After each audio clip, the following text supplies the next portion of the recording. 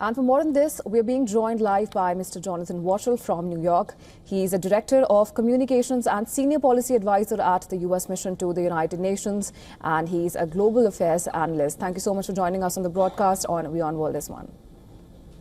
Pleasure, Dishka. So we know that Israel and Iran have carried out a new wave of attacks on key cities, and it has fueled fears of an all-out sustained war with heavy exchanges now entering a third day. Now, with neither side seeming willing to back down, how far do you think this conflict would spiral if neither side is willing to blink first?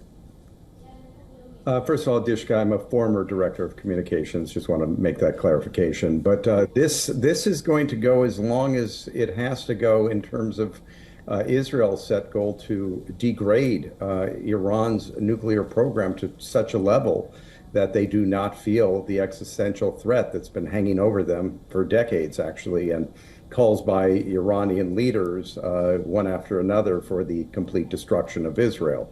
So Israel's in this for the long haul. How long Iran is willing to continue to be retaliating and firing back at the Israelis and hitting civilian infrastructure within Israel, and then take the hits from Israel on now its energy sector, which of course will cause great harm to Iran's economic situation. So this is really, I don't see an end in sight right now, certainly. Right, Mr. Waschel, and for now, the fighting between Israel and Iran seems restricted to the two nations. Now, at the United Nations and elsewhere, there have been widespread calls for restraint. But what if they fall on deaf ears? We know that despite the U.S. denials, Iran is convinced of United States complicity in Israeli strikes on Iran. And this essentially indicates that Iran could strike U.S. targets across the Middle East. And in case of that eventuality, how would it alter the course of the conflict? Look, if the United States is pulled into this conflict because Iran decides to hit U.S. military targets overseas around the Gulf, for instance, or in Syria or something like that, it's the end of Iran's regime. The United States would not stop. It would take out so much that Iran would not be able to return, to be honest. So I wouldn't see Iran doing such a move like this right now. Iran is, I guess, for lack of a better word, enjoying that it's just Israel right now going tete-a-tete with the country right now and taking incoming missiles, and then the Israelis hitting back at them. So presumably the Iranian regime believes that it can continue for a while here. Now, this really can hit different levels here. If the Israelis continue now to hit at the oil sector, and Iran has been hitting population centers in Israel, causing casualties now and a lot of destruction. The Israelis initially were hitting military targets. Those were the targets, even though there had been some collateral damage. Military targets initially. The Israelis are now changing the calculus here. So Iran may begin to feel a level of economic pressure that may cause it to take a different direction here. But there's so much unseen here, Dishka. We don't know what exactly Iran has in its arsenal, and there are very grave concerns that there might be acts of terrorism, targets outside of Israel itself that might be struck globally, actually, something that Iran has done in the past. Absolutely so. And this also raises questions about the future of diplomacy here. And if Iran would return to the negotiating table for the sixth round of nuclear talks, and while it seems unlikely, do you think there is any circumstance under which Iran might reconsider its current stance? It's interesting, the conversation that you mentioned between Vladimir Putin and Donald Trump today.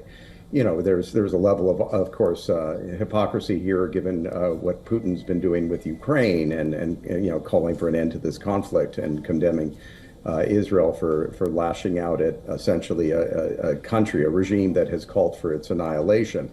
But that said, there is an effort by certainly Russia in the statement by the spokesperson and what Putin said to President Trump, a desire to return to the negotiations. Now, let's not forget that it is Iran that has been providing Russia with drones, kamikaze drones that have been used to tremendous and devastating effect against Ukrainian population centers. And there is the strategic military alliance between China, Iran, and Russia. So watching this particular regime in Iran go down is not something that Vladimir Putin, who is an autocratic leader, and the theocracy, which is also autocratic in nature in Iran, to have that end up collapsing would certainly put Russia, specifically Vladimir Putin, in a bit of hot water, at least, be more of a target. Right. So, and Netanyahu has been making the argument for many years now that Israel faces an existential threat if Iran gets a nuclear bomb. And to underline this renewed urgency, a senior Israeli military official has said that there was information that Iran had enough material to make 15 nuclear bombs within days. Now, having said that, there may also have been another very different factor at play here. Now, according to you, how much of it is a reflection of the long-standing power struggle in the region, and how much comes down to Iran's nuclear ambitions? The basic truth here, Diksha, is that Israel has been at war with Iran ever since, even before, but since Hamas pulled off the October 7th atrocity that launched the war between Israel and Gaza against Hamas. And then Hezbollah, which is another Iranian arm, entered the fray. And then you had the Houthis, which is armed and supported by Iran, also in the fray. You've had the Syrian militias also in the fray, and Bashar Assad before he was toppled, creating havoc for Israel. And then you had the Iraqi militias also going after Israel. And all of this was backed by Iran throughout and still is. So in principle, now we're seeing Israel and Iran going at each other. But Israel's been at warfare with Iran for many years, for decades, arguably.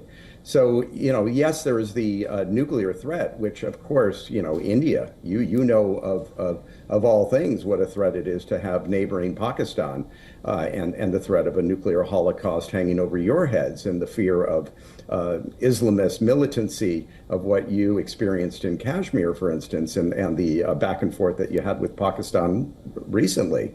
Now, those two countries, Pakistan and India, are giant, huge in comparison to what we're talking about here with Israel, which is, like one little province, small province within India in size, and then Iran, which is a substantially large country. So it's just a very different thing here. But, India didn't take it. India had enough, struck out. And here we have Israel also having taken this preemptive strike, very fearful of where things were heading with the nuclear dimension of Iran, and enough was enough. And if Iran has nuclear weapons to use, then it'll have tremendous liberty to be able to execute the hegemonic activities that it did across the Middle East, from Lebanon to Yemen, Syria, Iraq, and Gaza. It's been an ongoing fight for many, many years. Right, so and you've rightly pointed out that while the situation has a similar strain, but the situation in India and Pakistan and what we're seeing in West Asia is as similar as apples and oranges right now. But also that, shifting our focus back to West Asia, Israeli attacks seem to have inflicted an unprecedented degree of damage on Iran's nuclear and military capabilities. And Prime Minister Benjamin Netanyahu has suggested that this might go on for days. There's also this view that these attacks may be a ploy to undermine Iran's internal stability and possibly force a change in leadership. So what's your take on that? Dishka, the regime in Iran is deeply unpopular. Some say unpopular with the majority of the population that really don't want to live in conditions in which, the Kurds, for instance, they make up most of the political prisoners or the executions that are happening in Iran. Problems with the inability for women to walk around without wearing a hijab. And restrictions in other natures within the country, and of course a regime that has enjoyed power and living in luxury. I mean, some of the gifts that we've seen in social media coming out of Iran, for instance, when some of the Iranian Revolutionary Guard leaders and others were killed by the Israelis in precision strikes on their apartments. There were memes going around about how all these guys are living in luxury while normal Tehrani people are actually having to make ends meet and living in difficult conditions while the country spends so much on its military activities and essentially causing a lot of discord across the region. The regime is really in a pretty precarious position. And if this continues, if the energy sector is hit in such a way that we begin to see blackouts and inabilities of normal people to have access to basic needs in the country. We've already seen protests erupt when that type of condition happened in the past. And right now, the country is fighting a war with the regime is fighting a war with its foe Israel. And in the past, that wasn't going on when they were able to turn their military might against their own people to crush dissent. So it is definitely a very difficult line that the Iranian regime will have to walk if this conflict continues much longer. Right, Mr. Watchell, please stay with us. We have a breaking news coming in.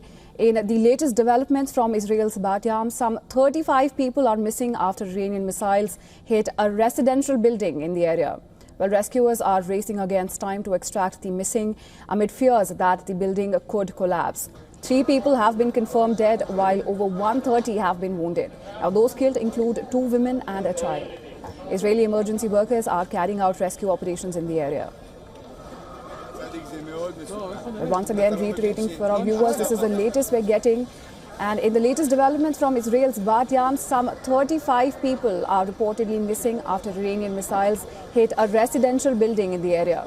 Rescuers are racing against time to extract the missing amid fears that the building could collapse. Now, 3 people have been confirmed dead, while over 130 have been wounded. Now, those killed include 2 women and a child. Israeli emergency workers are carrying out rescue operations in the area.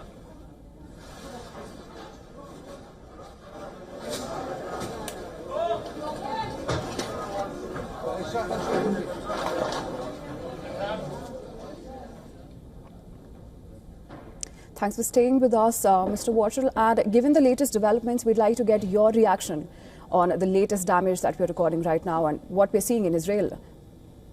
So, Dishka, if you've spent time in that region, in the Levant, and particularly the Tel Aviv area, Bat Yam is so close. It's as if, a couple of kilometers away from Delhi, you had this type of devastation hit. So there will certainly be a lot of anger and desire to meet punishment on Iran for what has happened here. The public just won't stand for this type of thing. So I would anticipate that you would have the threats of hitting Iranian infrastructure that Prime Minister Netanyahu talked about doing if the Iranians would not stop hitting Israeli population centers like they've just done and to devastating effect. I would expect that we're going to begin to see the Israelis start to target stuff beyond the military sites that they've been focused on, and that would presumably be bridges, power stations, things like that, that would really meet that level of punishment that would make it very difficult for the regime to face its population that would grow increasingly aggravated with what they're doing and causing in response from the Israelis. Right. Thank you so much, Mr. Watchell, for joining us on the broadcast and sharing your perspective with us. Pleasure.